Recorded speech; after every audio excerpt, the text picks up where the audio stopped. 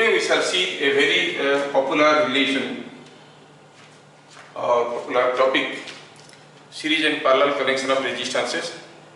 कभी भी आपकी बोर्ड एग्जाम में नहीं आता है, लेकिन बताना जरूरी है क्योंकि in the same light, same knowledge, same approach we are going to do the same thing for capacitors. Capacitor वाले बोर्ड में बार बार आते हैं to find the equivalent capacitance in series, in parallel और रिलेटेड क्वेश्चंस. तो ये समझ में आने से कैपेसिटेंस वाला चीजें बढ़िया से समझ में आएगा.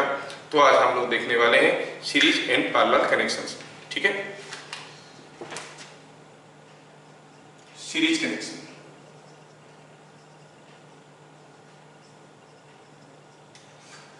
दो रेजिस्टेंस सीरीज में है कब कहेंगे?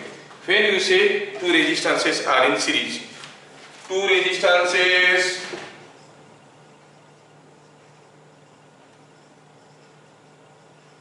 are said to be in series if only those two resistances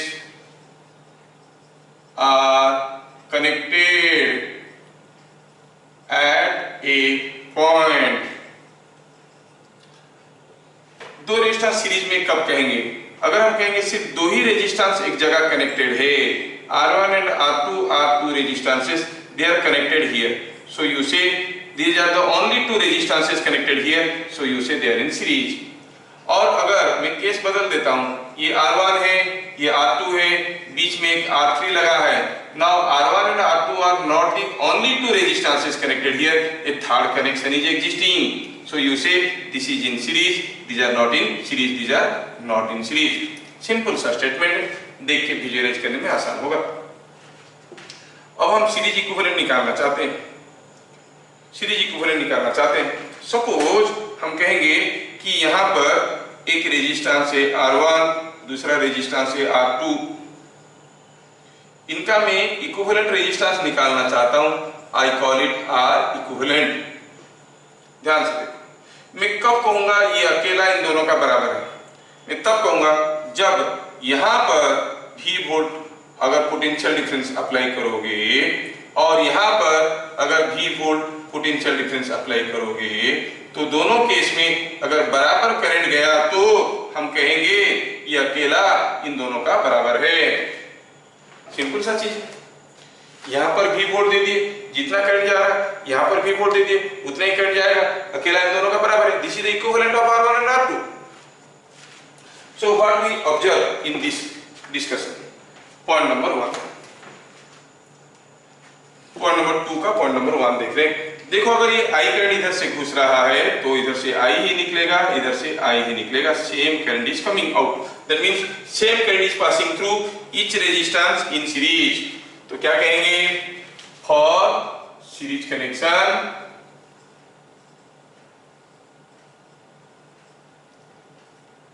same current passes through each. हाँ, ये समझ में आया. ध्यान रहे, मैं बताने के पीछे मेरा ऑब्जेक्टिव बता चुका हूं, क्योंकि the exact same concept will be used in case of capacitors. यहाँ पर करंट होगा, वहां पर चार्ज होगा. ठीक है, तो same current passes through each resistor,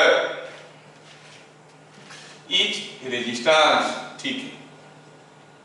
दूसरा, जैसे करंट पास करेगा इसमें, तो इसमें कुछ एक वोल्टेज ड्रॉप होगा, कॉल इट V1. इसमें भी एक पोटेंशियल ड्रॉप होगा, you call it V2. V1, V2 are the potential drops across the two resistances. इसमें V1 ड्रॉप हो रहा है, इसमें V2 ड्रॉप हो रहा है. क्या आप में से कोई इंटेलिजेंट मुझे बताएगा कि what is the potential drop across R equivalent?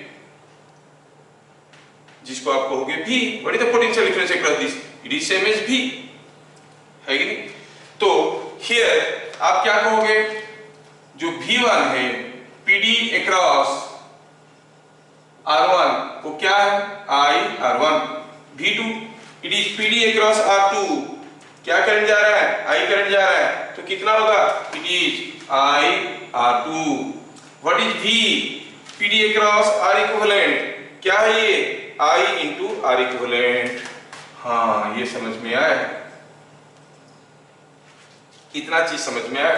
इतना चीज जो समझ में आया उसमें से फटाफट ये चीज समझ में आ गया कि हम कहेंगे V1 by V2 the potential drop across individual resistances। इसमें कुछ वोल्टेज ड्रॉप हो रहा है V1, इसमें कुछ वोल्टेज ड्रॉप हो रहा है V2, तो V1 by V2 क्या हो गया, IR1 by IR2 is equal to R1 by R2।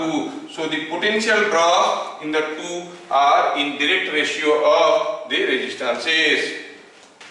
ठीक है, potential drop are in direct ratio of resistances।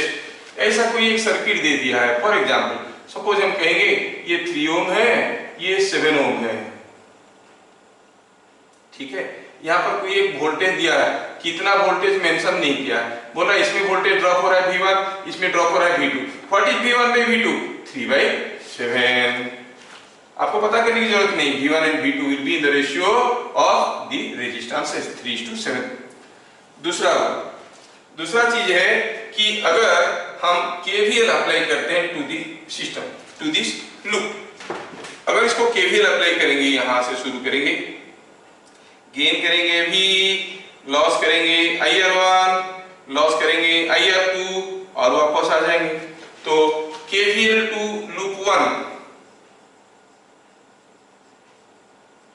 gives you V minus IR1 minus IR2 is equal to 0, क्योंकि gain किए यहाँ पे loss किए, यहाँ पे लॉस किए, वापस आ गए। अच्छा, इससे हमें क्या समझ में आ रहा है, और इसको थोड़ा सा सजा के लिख सकते हैं, V is equal to IR1 plus IR2। क्या समझ में आया? पहला चीज समझ में ये आया कि V IR1 क्या है, V1, IR2 क्या है, V2।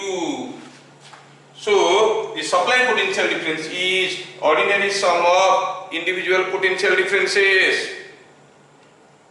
समझने की कोशिश करना साथ साथ। हमारे पास 2 रेजिस्टेंस है, क्या रेजिस्टेंस है मालूम नहीं है, हम 20 वोल्ट अप्लाई किए, पता चला ये रेजिस्टेंस कितना मालूम नहीं है, लेकिन यहाँ पर हो रहा है 6 वोल्ट। कोई बताएगा what is the potential difference here?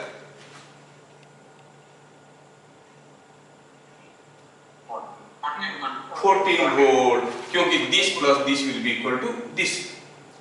कोई बताएगा क्या what is R1 by R2?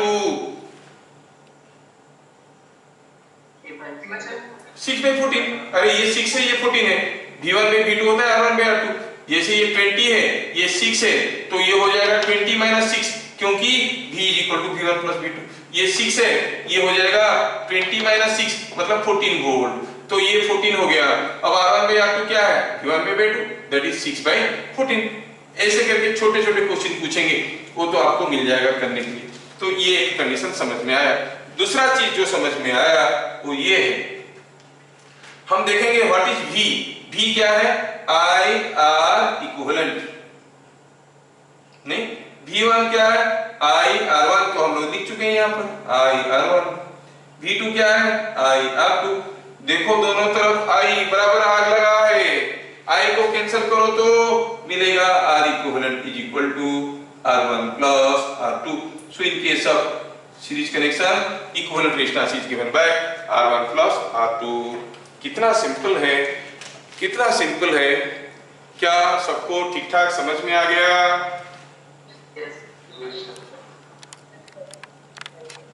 थोड़ा ध्यान से देखना, ये पैरेलल कनेक्शन बड़ा इंपॉर्टेंट है, ठीक है, थोड़ा उसमें ट्विस्ट भी रहता है। This is going to give you more information. कब कहेंगे कि 2 रेजिस्टेंस पैरेलल में है? 2 resistances are said to be in parallel if they are not in series। बड़ा अजीबोगरीब डेफिनेशन दे रहा हूं, लेकिन बड़ी काम का डेफिनेशन है, बुक में नहीं है, nowhere it is defined। 2 resistances are said to be in parallel if they are not in series and a closed loop can be formed taking only those 2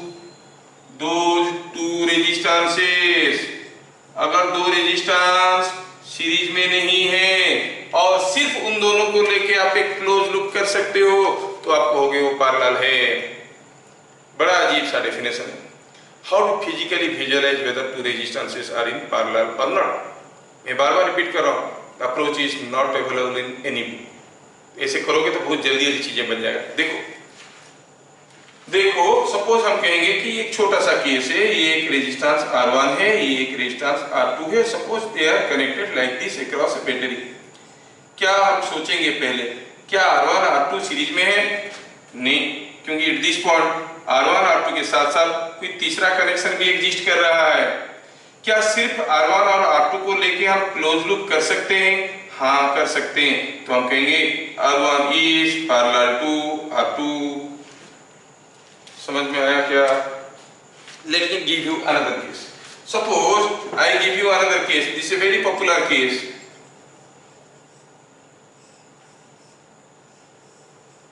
ये R1 है, ये R2 है, ये R3 है। क्या R1 R2 सीरीज में नहीं है? यहाँ पर एक नाड़ा लगा है।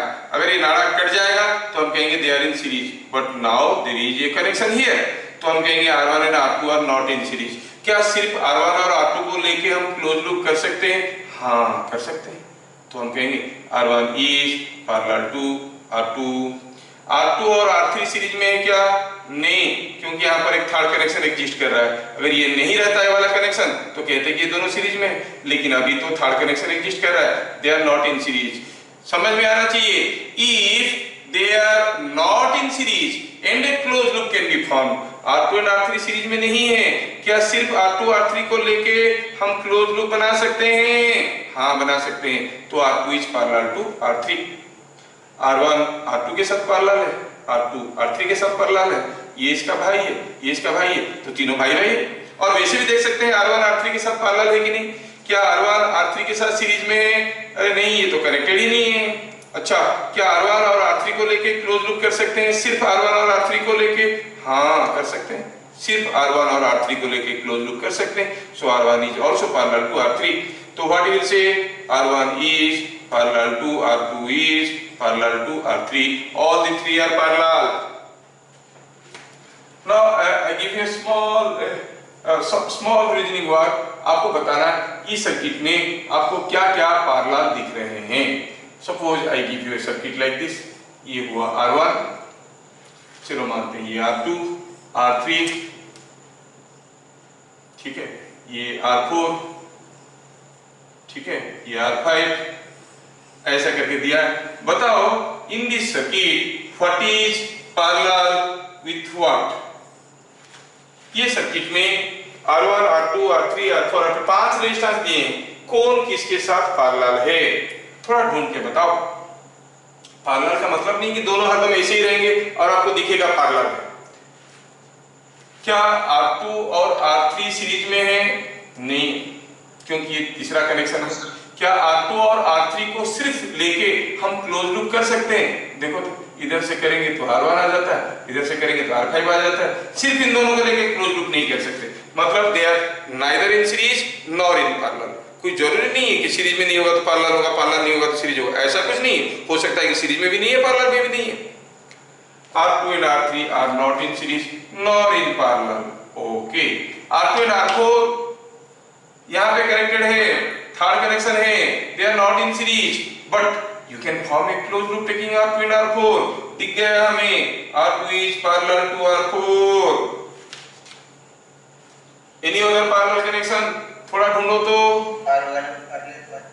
R1 and कौन सा? R5। देखो आदर्श को दिख गया। ये R1 और R5 इन दोनों को लेके क्लोज लूप कर सकते हैं कि नहीं कर सकते हैं?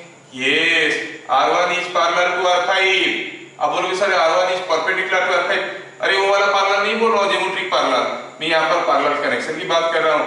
R1 और R5 को लेके क्लोज लूप कर सकते हो। R1 is parallel to R5।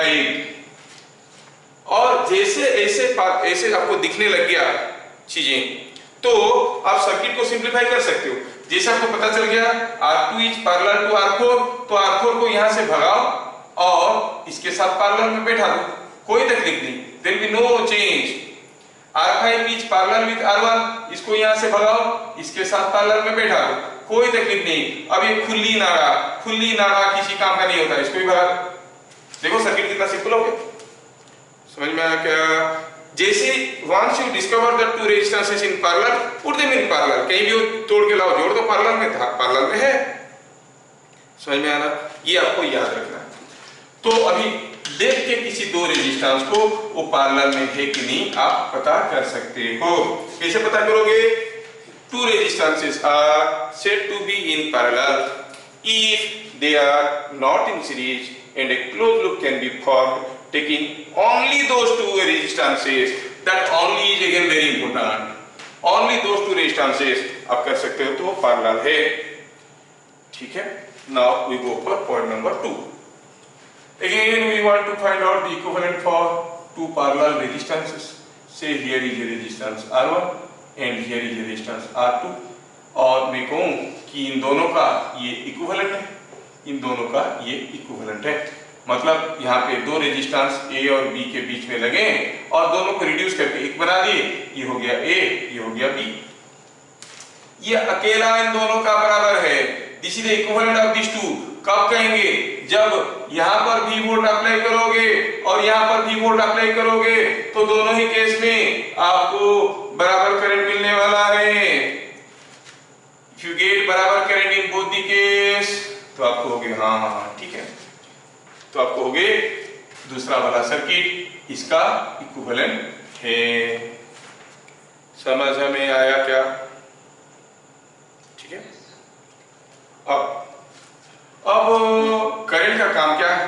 Current का काम है निकलेगा यहां से घूम फिर के फिर बैटरी में वापस आएगा, क्योंकि किरचॉफ्स करंट लॉ कहता है ये टुकड़े में से जितना करंट निकलेगा उतना ही तो वापस आएगा। अगर आई करंट निकल के गया है तो आई वापस आना है, मतलब जो करंट इधर से गया है उसको यहाँ पे पहुंचना है और फिर से इधर से वापस आना है। और ये बात है, ठीक है, यहाँ पर भी वही बात है। अब जब ये करंट यहाँ तक आ गया, यहाँ से यहाँ पर जाना है, रास्ते दो है, इधर से भी आ सकता है, इधर से भी आ सकता है, इधर से कुछ करंट जाएगा, इधर से कुछ करंट जाएगा, दोनों मिलके इधर से आएंगे। Now this goes to be the case. यहाँ पर भी तो आई करंट जा रहा है।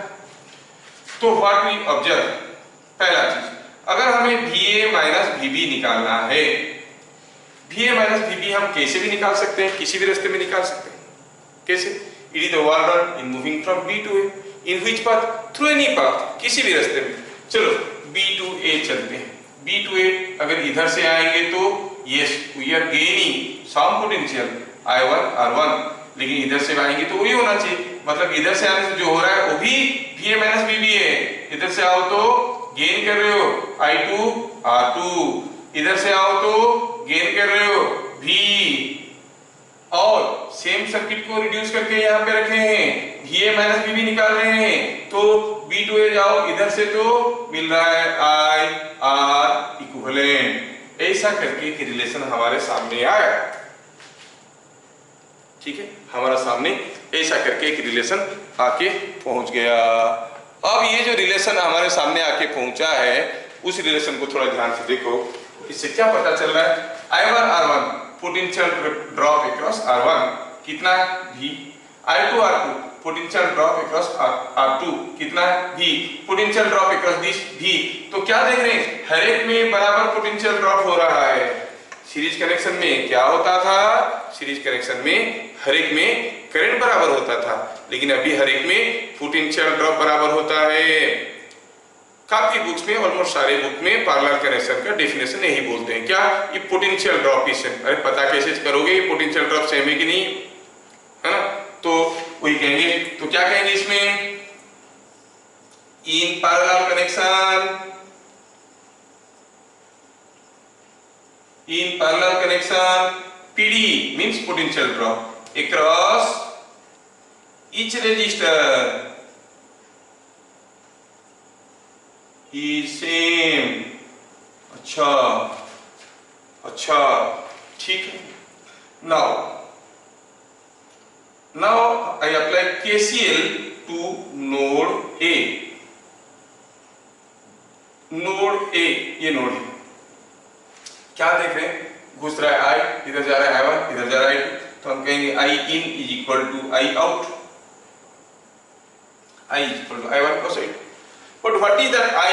If you compare these two, I is V by R equivalent, and if you compare this one, compare this one, क्या मिलेगा? I1 is equal to V by R1. Similarly, I2 is V by R2. ध्यान रहे, जब हम capacitance की case करेंगे तब भी ये सब चीजों को ऐसे ही लिखना पड़ेगा, खाली आगे जगह सी रहेगा और चीजें अकॉर्डिंगली बदलेगा. Steps will be same. What you find? V being common on either side, V is cancelled out. V is cancelled out. What you find? 1 by R equivalent is equal to 1 by R1 plus 1 by R2. ठीक है, ये हो गया पहला चीज. दूसरा चीज क्या समझ में आया देखो तो बीट नंबर 4 में दिखाना चाहता हूं. बीट नंबर 4 में मैं बताना चाहता हूं what is I1 by I2. दोनों रेजिस्टेंस में कुछ कुछ करंट जा रहे हैं, दोनों रेजिस्टेंस में कुछ कुछ करंट जा रहे हैं, इसमें I1 इसमें I2. What is I1 by I2? थोड़ा इस रिलेशन को देखो तो मिलेगा I1 by I2 is V by R1 into V by R2. Simplify करें तो it is R2 by R1.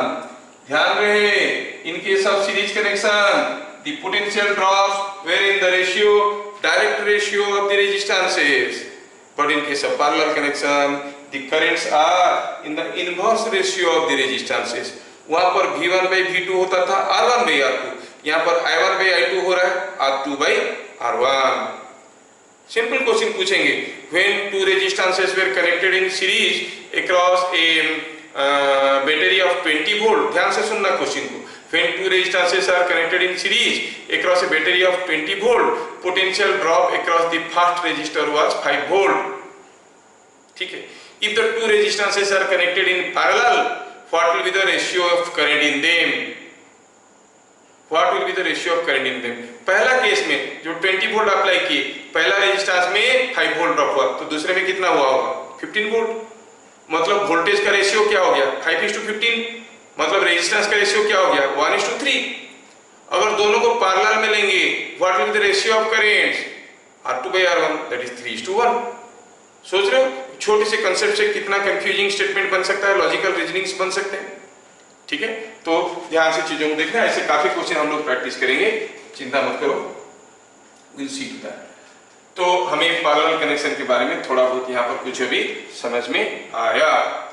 जो समझ में आया उसको थोड़ा हम समराइज करेंगे, क्योंकि parallel connection is very important word. ठीक है, चलो इसको मिटाते हैं. What we reveal, what facts we reveal in case of parallel connection.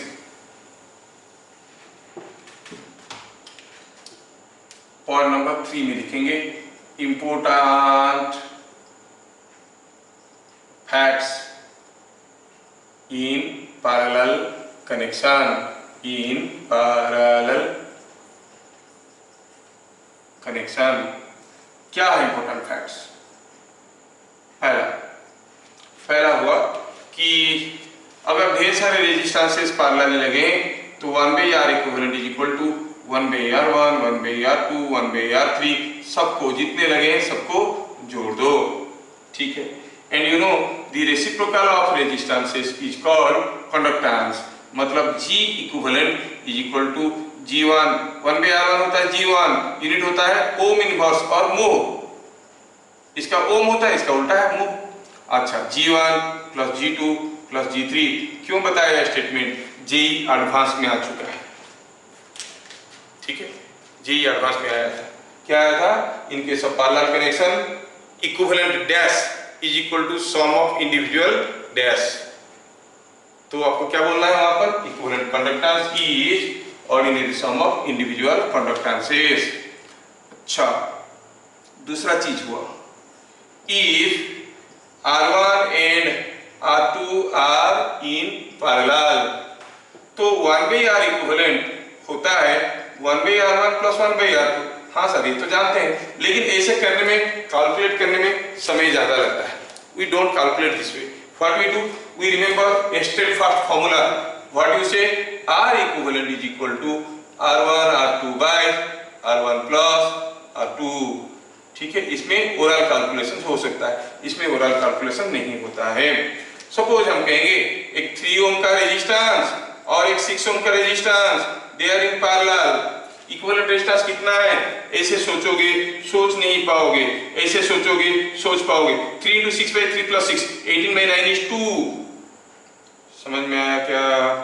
दूसरा हुआ, सपोज और बढ़ा देता हूं इसके साथ, अब ये 3 रेजिस्टेंस पैरेलल में आ गए, there are 3 resistance in parallel, तो आपको इसे लंबा फॉर्मूला लिखना पड़ेगा, लेकिन ऐसे कर सकते हो, पहले इन दोनों को जोड़ो, कितना हुआ 2, 3 into 6 by 3 plus 6 is equal to 2, that 2 is in parallel with another 2, 2 into 2 by 2 plus 2 हो गया 1, तो इक्विवेलेंट रेजिस्टेंस हो गया 1। Entire calculation you could do orally. क्या सबको समझ में आ रहा है? अगर समझ में आ रहा है, आप थोड़ा ओरल कैलकुलेशन करने की कोशिश करो और बताओ what are the values here. ठीक है, ये वैल्यू इक्विवेलेंट का रेजिस्टेंस कितना होगा। ठीक है, कोई ओरली कैलकुलेट करो, पहले इन दोनों को कर लो, फिर जो होगा उसके साथ इसको कर लो orally. Don't make use of pen and paper. 12 and 4 in parallel, 12 into 4 by 12 plus 4 is 48 by 16 is 3, that 3 is in parallel with 6, 3 into 6 by 3 plus 6 is equal to 2, तो हो गया oral calculation 2। Don't go for all this lengthy calculation. समझ में आया? तो ऐसे करके हम कर सकते हैं, तो आंसर हो गया 2 ओम। अच्छा, तो R1 R2 इन पैरेलल। तीसरा हुआ, if n resistances each of R ohm are in parallel,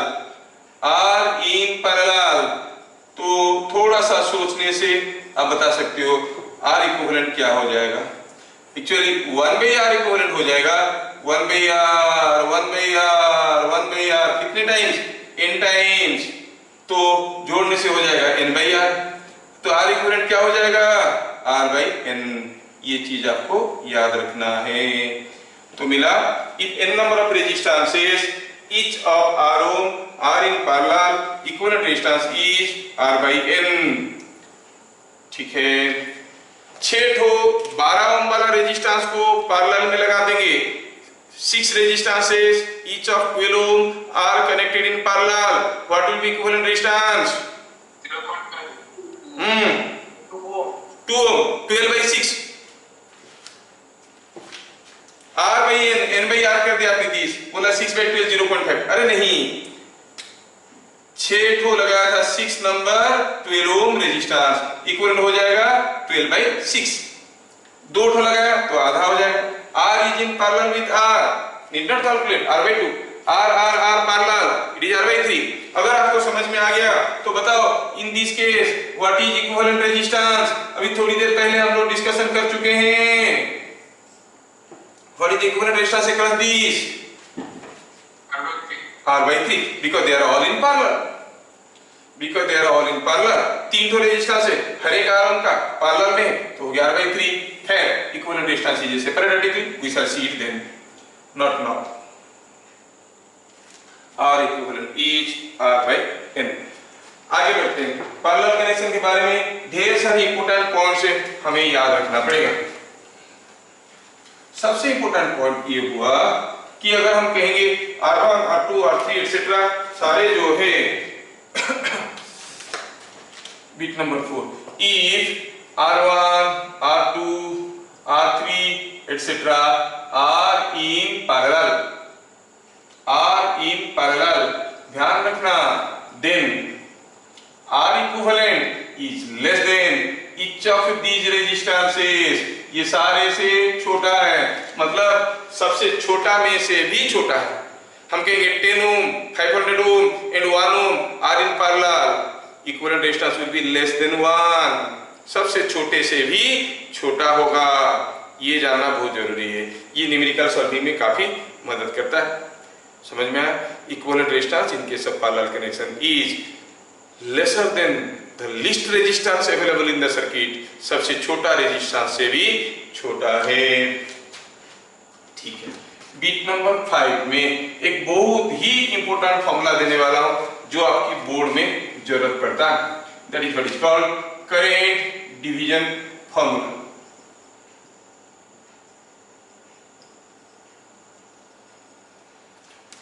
क्या कहता है? कहता है कि अगर एक रेजिस्टेंस R1 है और एक रेजिस्टेंस R2 है और आप उसको करंट I दे रहे हो, तो पता चला इधर से कुछ करंट जाएगा, इधर से कुछ दूसरा करंट जाएगा, I1 I2। पूछा है हमको निकालना है what is I1 what is I2, values निकालना है। ओ ऐसा है क्या? चलो देखते हैं।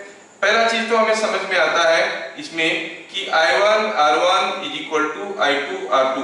Why? Because they are in parallel, potential differences are same, potential difference between these two points either you come this way or this way has to be same, इधर से I1 R1 इधर से I2 R2, तो I1 R1 is equal to I2 R2, तो इससे मिल गया I2 is I1 R1 by R2। ठीक है। दूसरा चीज क्या मालूम है कि जो हमारा I है it is equal to I1 plus I2, I is I1 plus I2। ये कैसे हुआ?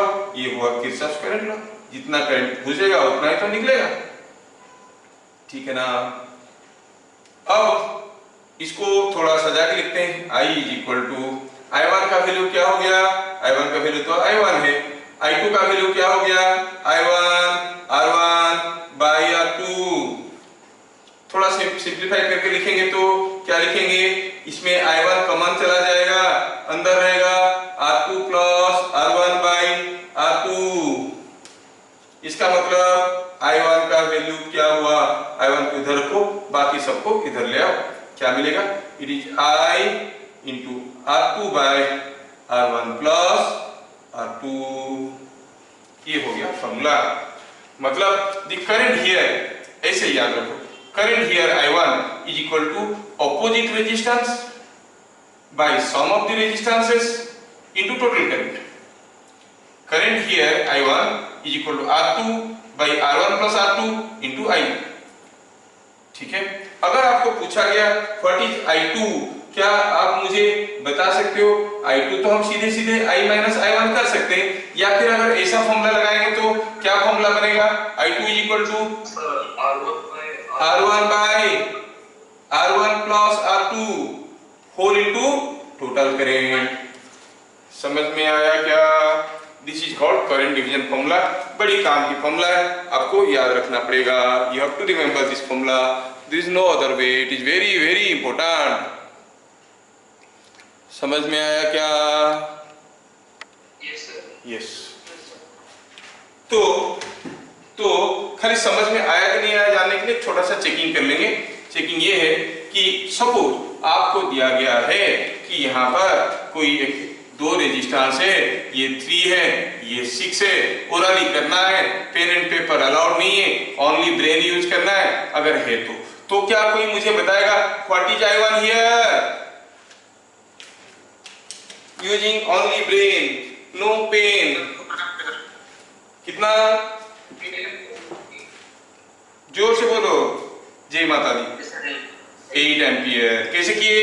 I1 is opposite resistance summation of the resistances into total current is 8 ampere. सीधा मिल गया। अब I2 के लिए फिर से कैलकुलेट करने की जरूरत नहीं है, ये पता चल गया 8, तो ये होगा 4 एम्पियर, है कि नहीं?